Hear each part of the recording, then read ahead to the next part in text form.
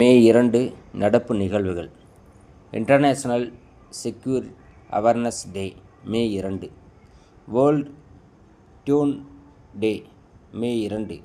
Tuna டே. கருப்பொருள்கள்: நாடு, பெருங்கடல், நமது டுனா, நமது எதிர்காலம் அதை கருப்பொருளாக கொண்டிருக்கிறது. துறைமுகம் திறப்பு: விளிஞ்சல் சர்வதேச துறைமுகம் திருவனந்தபுரம், கேரளாவில் திறக்கப்படுகிறது. பொதுத்துறை மற்றும் தனியார் பங்களிப்பு அதானி நிறுவனம் இதை நிறுவுகிறது. 8,8867 கோடி.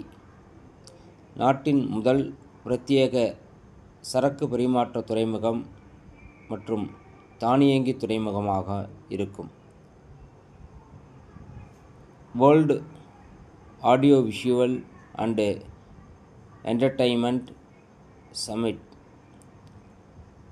முதலாவது உலக ஒளி மற்றும் பொழுதுபோக்கு மாநாடு. பிரதமர் நரேந்திர மோடி பங்கேற்பு. படைப்பாளர்கள், புத்தாக்க நிறுவனங்கள், தொழில்துறை தலைவர்கள்,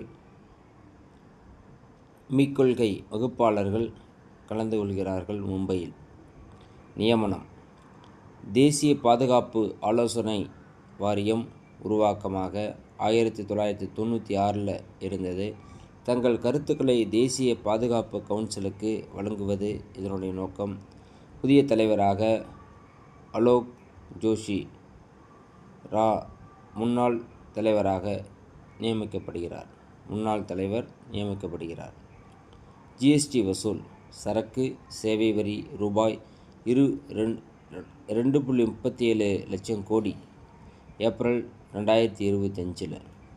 இதுவரை ஜிஎஸ்டி அமலானத்திலிருந்து கிடைக்கப்பெற்ற அதிகபட்ச வருவாய் இதுவாக இருக்கிறது.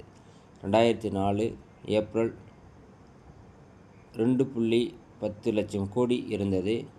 இப்போ 2025 ஏப்ரலில் 2.37 லட்சம் கோடியாக இருக்கிறது.